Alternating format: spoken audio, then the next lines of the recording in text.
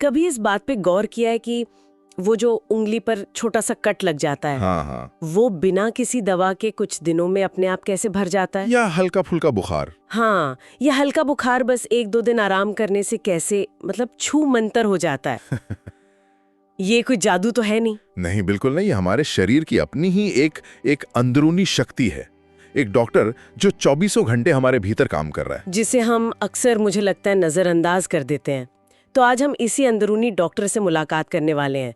हमारी इस गहरी पड़ताल का आधार the divine doctor within 3 secrets of self healing के कुछ अंश हैं। हम परमहंस योगानंद जी के शिक्षाओं से निकले उन 3 रहस्यों में उतरेंगे जो बताते हैं कि हमारा शरीर खुद को ठीक करने की एक अद्भुत क्षमता रखता है अगर हम उसे मौका दें। और यहाँ एक बात साफ करना जरूरी है, ये चर्चा दवाओं के खिलाफ नहीं है। नहीं, बिल्कुल नहीं। जो मानती है कि हीलिंग सिर्फ बाहर से, मतलब किसी गोली या सिरप से ही आ सकती है। सही बात है। योगानंद जी का पूरा दर्शन इस बात पर टिका है कि असली हीलिंग शरीर, मन और आत्मा के एक तरह से तालमेल से शुरू होती है। आज हम यही समझने की कोशिश करेंगे कि हम अनजाने में अपने ही शरीर की इस उपचार प्रक्रिया के रास्ते में कैसे खड़े हो जाते हैं। तो चलिए इस गुत्थी को सुलझाते हैं। किताब में एक बहुत दिलचस्प बात कही गई है कि हम अपने शरीर को सिर्फ हड्डियों, मांसपेशियों और नसों का एक ढांचा भर समझते हैं, एक मशीन की तरह। हाँ, एक मशीन की तरह। लेकिन ये उससे कहीं ज्यादा है। ये ऊर्जा और चेतना का एक जीवंत रूप है। वरना ऐसा क्यों होता है कि जब हम तनाव में होते हैं तो कंधों में जकड़न महसूस होती है, या किसी बात की चिंता हो तो पेट में गड़बड़ होने लगती है? इसका मतलब शरीर हमारी हर सोच, हर भावना को सुन रहा है। सुन रहा है। बिल्कुल। और सिर्फ सुन नहीं रहा, उस पर प्रतिक्रिया भी दे रहा है। और यहीं से पहला रहस्य शुरू होता है, शरीर की भाषा को सुनना। सिरदर्द, थकावट, अपच या नींद ना आना, ये बीमारियां नहीं है, ये शरीर के भेजे हुए संदेश हैं। सिग्नल हैं जो बता रहे हैं कि कहीं कुछ गड़बड़ है। लेकिन हम क्या करते हैं?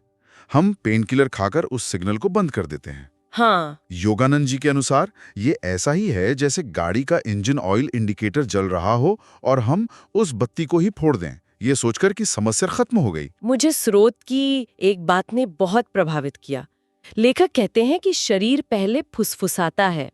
अगर हम नहीं सुनते तो वो थोड़ा ऊंचा बोलता है, और जब हम तब भी नहीं सुनते तो वो चिल्लाता है। सही। जैसे कुछ भारी खाने के बाद पेट में हल्कापन महसूस होना शरीर की हाँ है, और भारीपन या एसिडिटी महसूस होना उसकी ना है।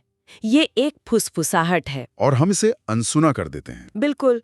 फिर वही चीज अपच बन जाती है, हम तब भी ध्यान नहीं देते, और फिर एक दिन वही चीज किसी बड़ी बीमारी के रूप में चिल्लाती है। एकदम सही पकड़ा। और सबसे खतरनाक बात तब होती है जब हम लगातार इन संदेशों को नजरअंदाज करते रहते हैं। एक समय के बाद शरीर बोलना बंद कर देता है। अच्छा। उसे समझ आ जाता है कि उसकी बात सुनने वाला कोई नहीं है। और किताब के मुताबिक जब शरीर चुप हो जाता है तब बीमारी स्थायी हो जाती है, क्योंकि संवाद का पुल ही टूट चुका है। हाँ, पुल ही टूट चुका है। योगानंद जी ने शरीर को परमात्मा का मंदिर कहा है। अगर हम मंदिर की दीवारों पर पड़ रही दरारों को ही अनदेखा करते रहेंगे तो अंदर बैठे देवता यानी हमारी आत्मा, वो भी तो बेचैन हो ही जाएगी। बिल्कुल। इसलिए पहला और सबसे जरूरी कदम है शरीर की भाषा को सुनना और उसका सम्मान करना। ये बात तो समझ में आती है कि शरीर के संदेशों को नजरअंदाज करना खतरनाक है, लेकिन हम में से ज्यादातर लोगों के लिए तो ये आदत बन चुकी है। हम काम और तनाव में इतने डूबे हैं कि इन हल्की फुल्की फुसफुसाहटों पर ध्यान ही नहीं जाता। तो सवाल ये है कि इस आदत को तोड़कर शरीर से दोबारा रिश्ता कैसे जोड़ा जाए? क्या स्रोत इस पर कोई रास्ता सुझाता है? हाँ, और यहीं से हम दूसरे रहस्य की ओर बढ़ते हैं। शरीर से दोबारा जुड़ने का सबसे शक्तिशाली तरीका है ध्यान। लेकिन यहाँ ध्यान का मतलब सिर्फ आंखें बंद करके शांत बैठना नहीं है। योगानंद जी की शिक्षाओं में ध्यान का अर्थ है अपनी चेतना को अपने शरीर के भीतर ले जाना। अच्छा। जब हम शांत होकर बैठते हैं तो पहली बार हमें पता चलता है कि हमारे दाहिने कंधे में एक हल्की सी जकड़न है, या पेट के निचले हिस्से में थोड़ी बेचैनी है। हम इन जगहों पर अपनी जागरूकता ले जाते हैं। और किताब के मुताबिक हर सांस के साथ हम सिर्फ ऑक्सीजन नहीं बल्कि प्राण शक्ति यानी जीवन ऊर्जा अंदर लेते हैं। हाँ, ये एक बहुत ही शक्तिशाली विचार है ना? बहुत। मतलब सांस सिर्फ हमें जिंदा नहीं रख रही है बल्कि हमें ऊर्जा भी दे रही है, हील कर रही है। बिल्कुल। और यहीं पर क्रिया योग का आधार है। जिसका जिक्र योगानंद जी बार बार करते हैं। क्रिया योग कोई आम प्राणायाम नहीं है, बल्कि ये एक खास वैज्ञानिक तकनीक है जिससे इस प्राण शक्ति को रीढ़ की हड्डी के चारों ओर घुमाया जाता है। इसका मकसद शरीर के हर हिस्से, हर कोशिका तक ऊर्जा पहुंचाना है ताकि वो खुद को ठीक कर सके। स्रोत में ऊर्जा के प्रवाह को समझाने के लिए एक कमाल की मिसाल दी गई है। जैसे एक नदी बह रही है और बीच में कुछ बड़े बड़े पत्थर आ जाएं, तो पानी का बहाव रुक जाता है। वैसे ही हमारे शरीर में डर, चिंता, गुस्सा और दुख जैसे भावनात्मक पत्थर फंसे होते हैं जो ऊर्जा के प्राकृतिक प्रवाह को रोक देते हैं। सही बात है। किसी को छाती में भारीपन महसूस होता है, किसी को गर्दन में अकड़न। हाँ, वही। यह असल में रुकी हुई ऊर्जा ही है, और ध्यान वो प्रक्रिया है जिससे हम टॉर्च जलाकर इन पत्थरों को देखते हैं। अच्छा। जब हम शांति से बैठकर अपनी सांस पर और शरीर के उन हिस्सों पर ध्यान केंद्रित करते हैं, तो हमारी जागरूकता की रोशनी उन पत्थरों पर पड़ती है। और फिर धीरे धीरे सांस के प्रवाह से ये पत्थर घुलने लगते हैं और ऊर्जा फिर से बहने लगती है। जब शरीर की हर कोशिका को भरपूर ऊर्जा मिलती है, तो वो अपनी मरम्मत खुद करना शुरू कर देता है। मतलब हीलिंग शुरू हो जाती है। हाँ, इसीलिए किताब में एक बहुत गहरी बात कही गई है। शरीर को दवा चाहिए, ये अधूरा सच है। शरीर को ऊर्जा, विश्वास और प्रेम चाहिए, ये पूर्ण सत्य है। विश्वास, और यहीं से हम तीसरे और शायद सबसे दिलचस्प रहस्य पर आते हैं। किताब एक सवाल पूछती है कि ऐसा क्यों होता है कि कुछ लोग गंभीर बीमारी का पता चलने पर भी मुस्कुराते हुए उससे बाहर आ जाते हैं, जबकि कुछ लोग मामूली सी तकलीफ में भी हिम्मत हार देते हैं। हाँ बिल्कुल, इसका जवाब शरीर में नहीं, हमारी सोच में छिपा है। हाँ, योगानंद जी का एक बहुत शक्तिशाली कथन है, बीमारी शरीर की नहीं, सोच की होती है। ये बहुत बड़ी बात है। बहुत। इसका मतलब ये नहीं है कि बीमारियां असली नहीं होती। इसका मतलब है कि बीमारी पर हमारी सोच का एक गहरा असर पड़ता है।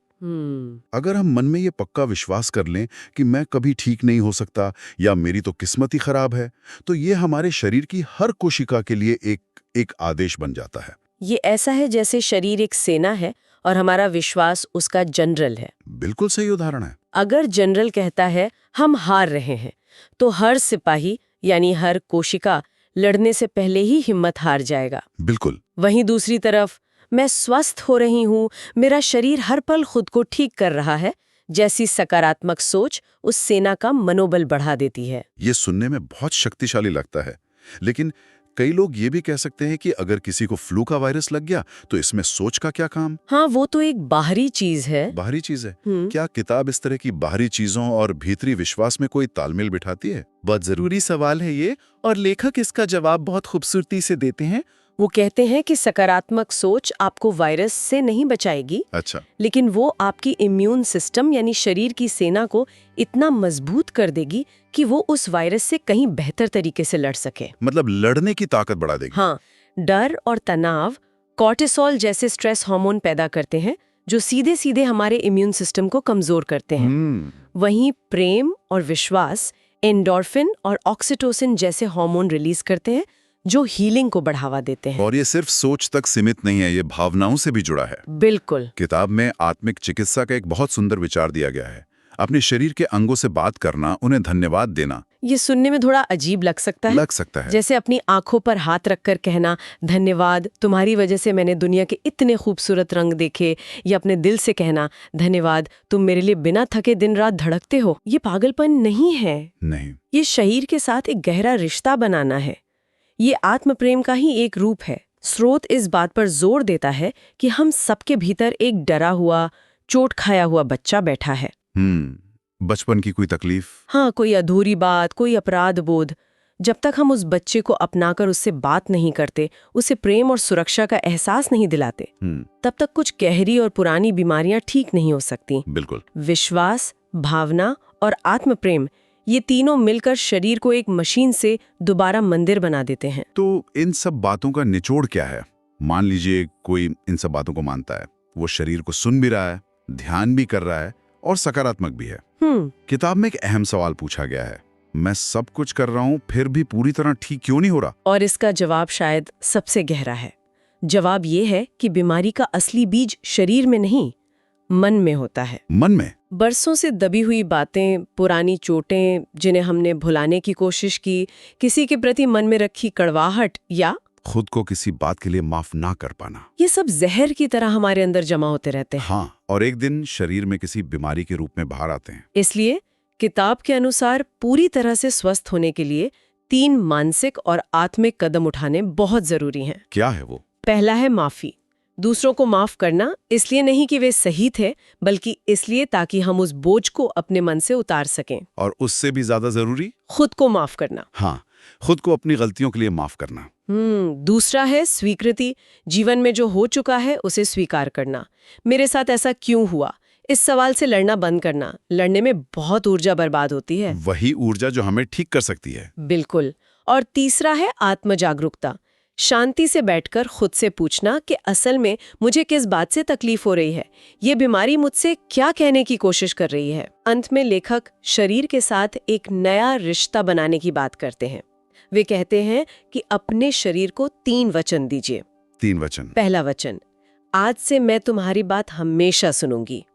दूसरा वचन, मैं तुम्हें हमेशा प्रेम और सम्मान दूंगी। और तीसरा वचन, मैं हर उस काम के लिए तुम्हारा धन्यवाद करूंगी जो तुम मेरे लिए करते हो। मतलब शरीर के साथ एक दुश्मन की तरह नहीं? नहीं, जिसे हर वक्त काबू में करना है, बल्कि एक सबसे अच्छे दोस्त की तरह व्यवहार करने की शुरुआत है।